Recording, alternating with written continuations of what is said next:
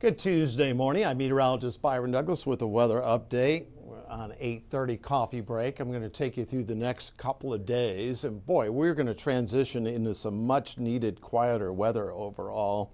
I want to we'll start with the air quality alerts. We still have some haze and wildfire smoke coming in from Canada, but we have no air quality alerts across the area. They're up there in Cleveland, Ohio, in northeast Ohio around the U.S., and they have scrubbed them off for the Chicago area and points to the north and west. So that's encouraging, even though we're looking at some haze later today.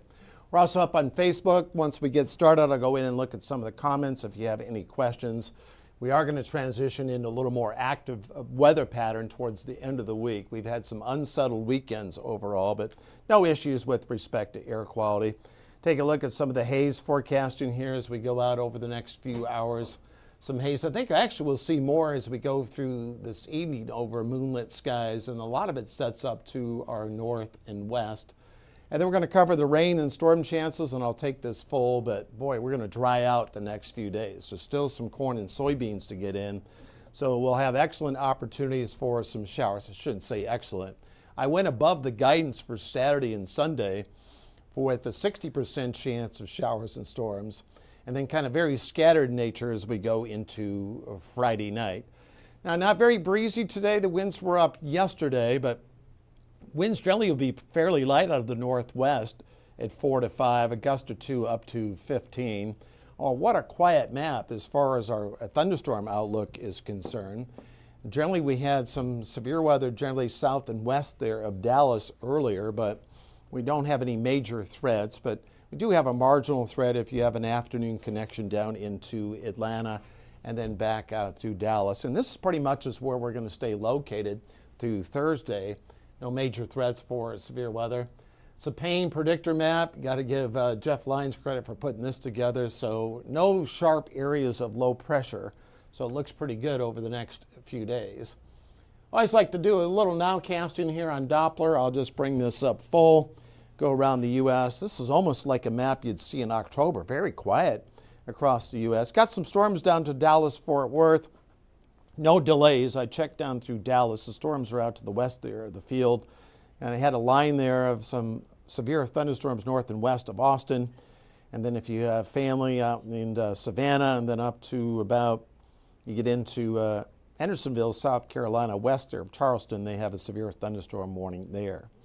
Let's take a look at the temperature outlooks. They're in. These are what we call the 6 and 10 day outlooks. Now, the last couple of weeks of May, here in early June, we've been solidly below normal. That's kind of been the trend on our high temperature side since we kicked off spring. In fact, we haven't officially hit 90, but we're going to have some opportunities, of course, as we draw closer to summer. So we're in a line here where we're going to be slightly above average during that time frame.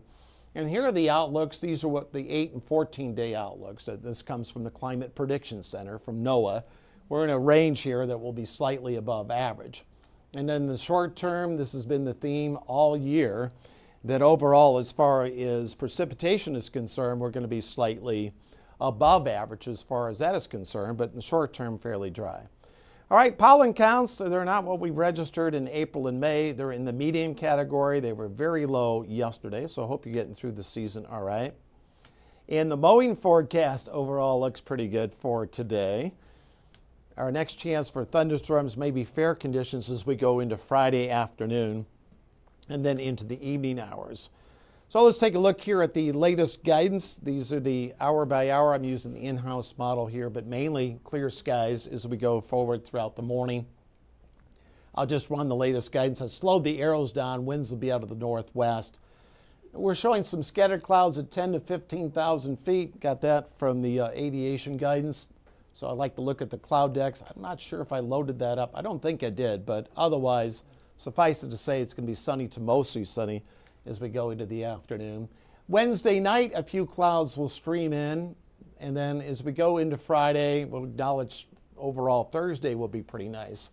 But this is Friday during the morning. And then as we go into Friday evening, of course, got WC Handy going on. And then we have some chances for showers and storms Friday night. On Saturday, where we have the little disturbance will be coming in from the plains, it's going to kind of lock in and get stuck here over the weekend, based on what I'm looking at right now. It's not going to be a total washout, but we do have some chances for showers, and then as we go into Sunday as well. So overall, I went over better than even chances for showers and storms. Right now, we're kind of looking at a level 1, level 2 threat. This is pretty typical of June, where we could see a few severe thunderstorms, but no alert day as of yet. And there's a look at the 7-day forecast as we go through Tuesday for today, up to 80. And I'm just going to check over to Facebook, see if anyone had any questions out there. And I'll get back with you if we have anything that is streamed in overall. But very quiet today. The only thing I'm tracking up there is just generally just a little haze as we go through that time frame, just a little haze as we go through those conditions. Otherwise, we are going to have a fair amount of sunshine during that time frame. And Janet, good morning to you. So we saw that comment come in. This is something, Amanda, and good morning to you guys. Thanks for tuning in here at this hour. So here's a look here at the 7-day forecast.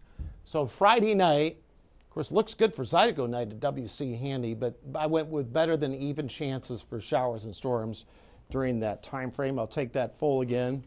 Arden Gregory's going to have more coming up at 14 News at 11. This is something we're going to be doing each day at 8:30 with my team Sunrise. Of course, we're going to have Mitch here in Casey and the Sunrise anchor team. So we'll be starting this tomorrow morning. So they told me I need the most practice, so I'm in here spinning the morning plates.